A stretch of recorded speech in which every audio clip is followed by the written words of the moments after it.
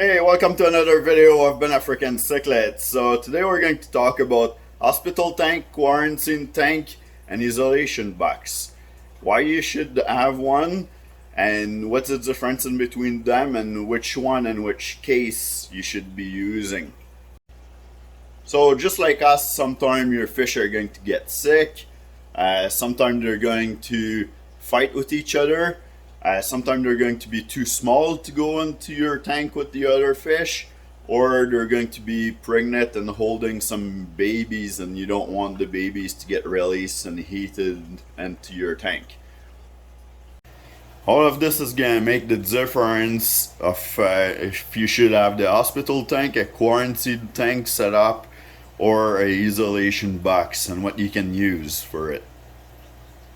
So first we're going to talk about the isolation box. So you can have them either hanging on the outside of your aquarium like this, or you can have them going inside your aquarium with suction cup against the glass. The isolation box that go inside your aquarium, there's nothing to do really. You just put it inside your aquarium, stick it to the side of the glass, put your fish inside, and then so if you have a fish that's too small, or a fish that's pregnant, or a fish that got bullied and have damaged fins, so you can keep them in there. There's groove on the side. The water is going to flow through this here, and your fish is gonna have exactly the same water as the water in your aquarium. So nothing to do there. Temperature is gonna be the same, water quality is gonna be the same. So as long as you do your maintenance correctly, then everything's gonna be fine. If you have a fish that's damaged fin and for it to recover faster, then you're going to need to do lots of water change. The best quality the water is, and the faster your fish is gonna recover. Now if we talk about the isolation box that are on the outside of your tank, so those might end up being a little tiny bit cooler in the tank, but it should still be similar temperature to it. There's a little bit more to them because you have to run a airline to hit, so that it sucks, as their bubble go up, it sucks some of the water from your tank, and then it throws it into your breeder box here.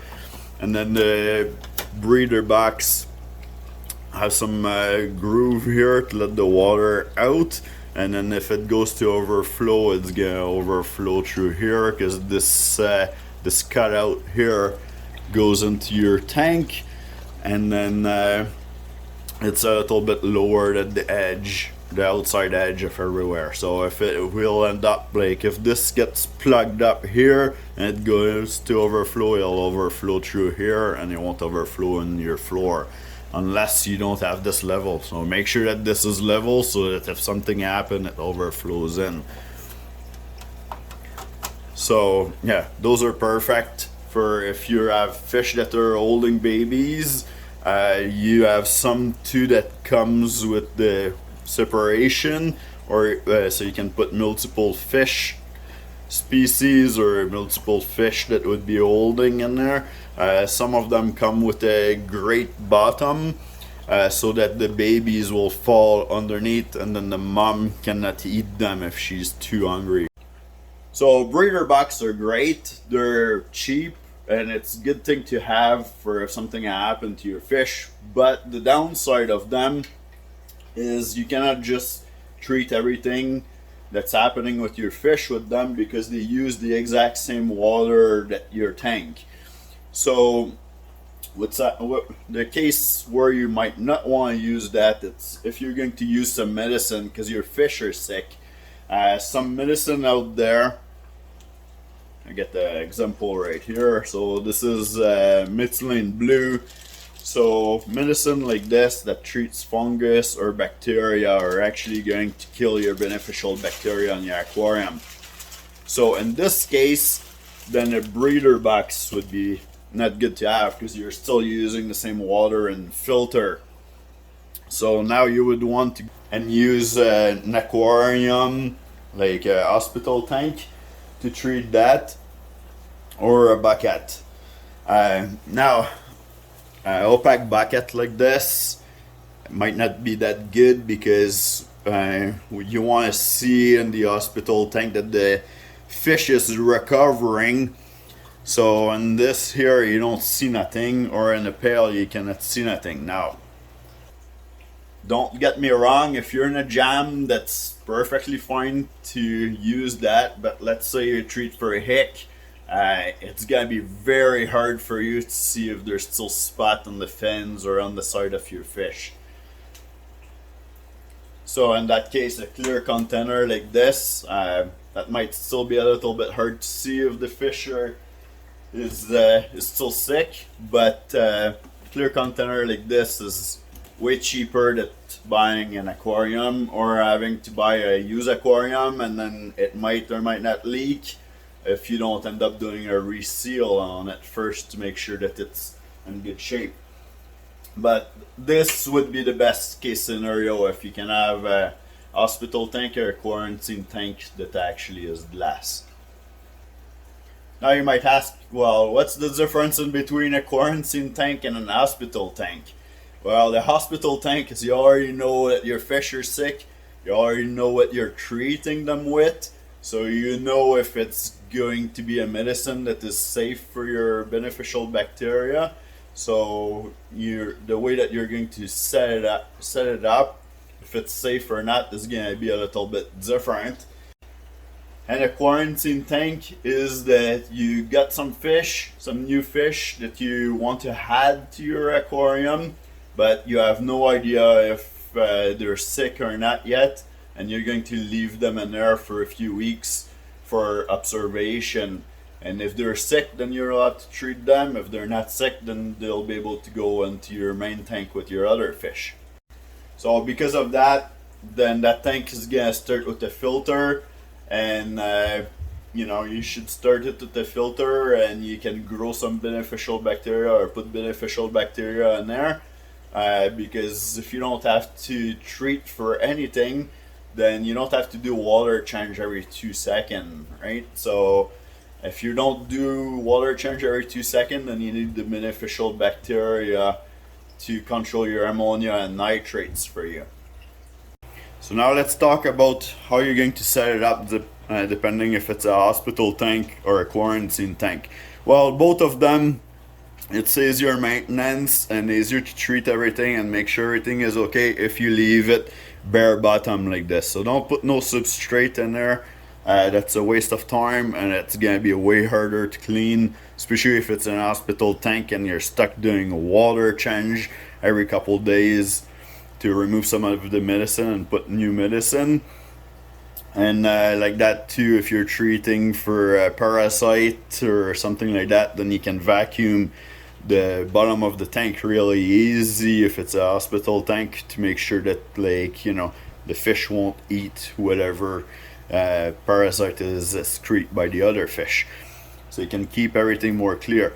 Now, it doesn't matter if it's a hospital tank or a quarantine tank, so you might want to put a couple pots like this at the bottom so the fish feel a little bit more safe. They can go hide in there, or a small decoration like this in your tank, or just a couple plant. You can even leave the plant floating in there, that's fine. So now if it's a quarantine tank, you might just be using a normal filter here. You can throw some media from your main tank in there, and then that'll be good for everything. If you're using some medicine, that won't kill your beneficial bacteria. In both cases, you're going to need aquarium heater, because you want to acclimate your fish to the temperature that they're supposed to. If it's a quarantine tank, you still want to float them so that they get used to the temperature of the new tank. Now, if you're treating fish in an aquarium like this as a hospital tank with medicine that might kill your beneficial bacteria, first thing you have to know is if the medicine has blue in it or copper or something like that, that might stain the silicone in your tank. So in that case, make sure you don't buy a brand new tank that you care for or something like that. So you know, sometimes a used tank is better for this. Put it in the basement in case if it leaks, if you don't do the reseal. So now the way that you're going to set this up is you're going to need a air pump, a check valve of course, so that the water don't come back.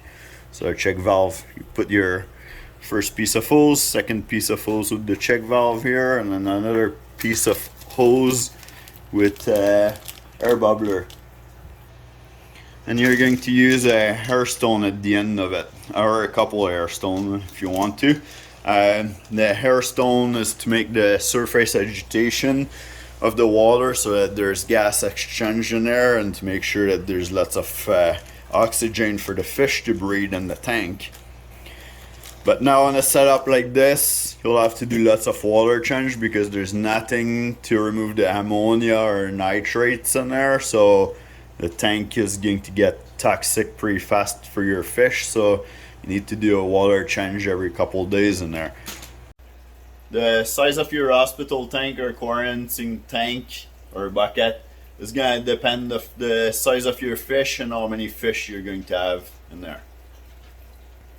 Those don't need to be as big as your main tank. You know, even if there's a fish that require like let's say 20 gallon or something like that, it's gonna be fine to put it in a smaller hospital tank or quarantine tank for a few weeks and stuff. This is usually those number for like grown adult fish that's gonna live in there and thrive in there. Now you're dealing with the sick fish, so you know you don't need to go as big, or for quarantine you don't need to go as big either. But now the smaller you go, the more water change you need to do more often. So now the hospital tank are a good idea to have usually because you know like it's smaller than your main tank, so you don't have to put as much medicine into your water. So you know your medicine's gonna last longer, or it's gonna cost you less money to treat your fish.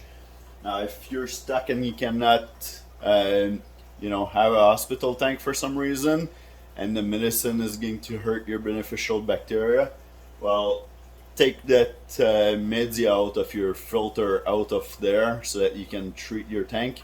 Your media need to stay wet though, wet and oxygenated. So you know maybe put it in a bucket with some aquarium water and a hair stone in there, just so that it stays oxygenated and good. It's gonna stay good for like 24 to 48 hours, no issues.